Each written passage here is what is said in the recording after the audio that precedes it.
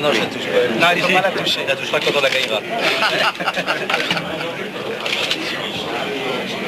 Ils refusent de prendre même le temps d'une photo. Les Français doivent d'abord la gagner. Aujourd'hui, la France est officiellement candidate à l'organisation de la prochaine coupe, celle de 98, la dernière du siècle. D'ailleurs, François Mitterrand et Jacques Chirac ont avalisé cette candidature. Bonsoir.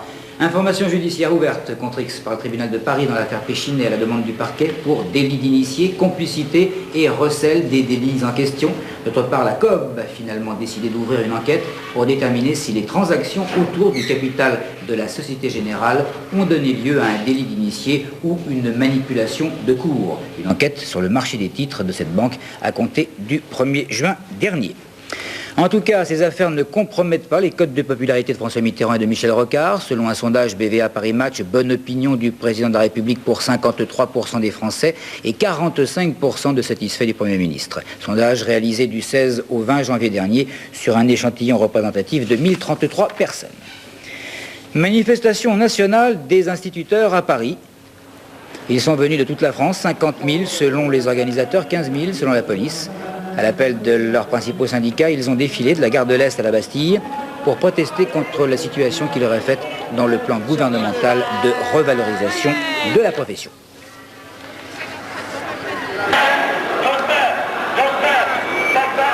La Bourse de Paris conflit dans l'impasse avec aujourd'hui un 4e arrêt de travail depuis le début de l'année pour un certain nombre de salariés qui exigent des garanties en cas de suppression d'emplois. La grève a freiné l'activité du marché, mais l'indicateur instantané a néanmoins terminé la séance sur une hausse de 0,36%.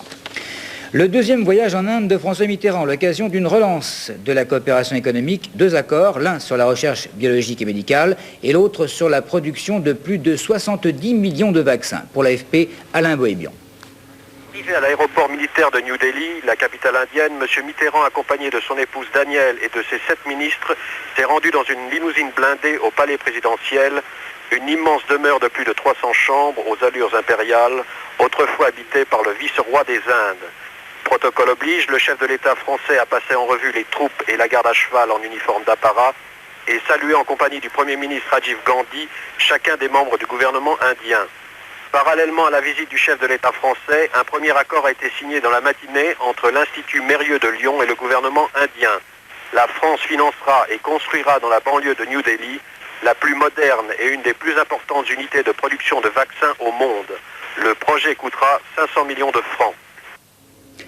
Un 47e décès aujourd'hui à la suite de la catastrophe du Boeing 737 de la British Midland le 8 janvier dernier. Ce matin, l'administration fédérale de l'aviation a ordonné aux compagnies américaines l'inspection des câblages et des tuyauteries des systèmes anti-incendie, des moteurs et des soutes de tous les types de Boeing construits depuis 1980. Ceci à la suite de la découverte de 17 appareils défectueux sur ces points.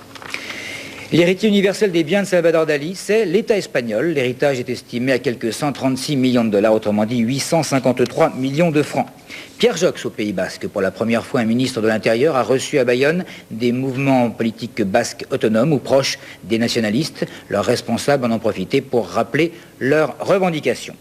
Ce sont 20 millions de francs que des malfaiteurs ont dérobés en début d'après-midi à Marseille. Ils avaient les clés d'un fourgon blindé de la Brinks. Ils y ont jeté des grenades lacrymogènes pour neutraliser les convoyeurs et, pour l'instant, ils courent toujours.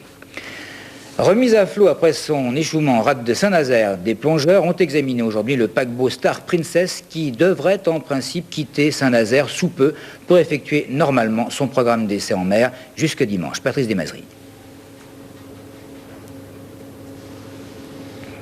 Plus de 12 heures paralysé sur le fond sableux en face de Saint-Nazaire, le dernier né des chantiers de l'Atlantique, 246 mètres de long avec une capacité de 1700 passagers, effectué hier sa seconde série d'essais en mer.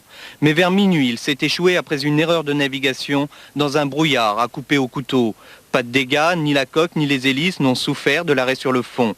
Contraints forcés, les 600 personnes, techniciens et représentants de l'armateur britannique P&O ont testé les capacités d'accueil du navire en attendant la marée haute. Une nuit passée à bord dans de très bonnes conditions, le Star Princess dispose de 735 cabines de passagers, dont 50 suites et mini-suites avec balcon. 2 piscines, des bars, le tout réparti sur 14 ponts. Une aventure 4 étoiles. Le navire doit encore passer 5 jours en mer pour différents essais avant de partir en mars pour les États-Unis. Il effectuera alors des croisières de 8 à 15 jours sous des cieux plus cléments aux Bahamas ou au Mexique.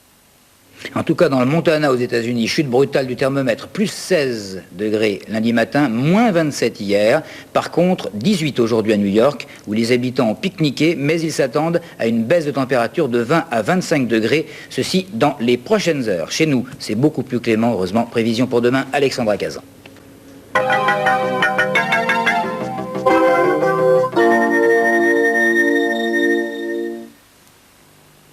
Au nord de la Loire, le temps restera assez gris dans l'ensemble, à part quelques exceptions localisées. Les nuages seront bas et les brouillards seront traîtres, puisque givrants. Plus au sud du pays, la matinée s'annonce fraîche mais ensoleillée. Demain après-midi, quelques améliorations sur la moitié nord, avec dissipation de la plupart des brouillards, sauf à l'extrême nord-est, où le ciel restera bien voilé. Au sud de la Loire, l'après-midi s'annonce printanière, c'est le terme de la météorologie nationale. Les températures vont s'échelonner demain entre -1 à Dijon, 0 à Strasbourg et à Lyon. Et enfin, la température maxi sera à Nice et Ajaccio, puisqu'il y fera 15 degrés. UAP, plus de 30 000 personnes à votre service. Numéro 1 oblige. Tirage du loto 9, 14, 25, 30, 41, 42 et numéro complémentaire, le 21. Voilà. À présent, entre autres, Claude Brasseur. Excellente suite de soirée sur Canal.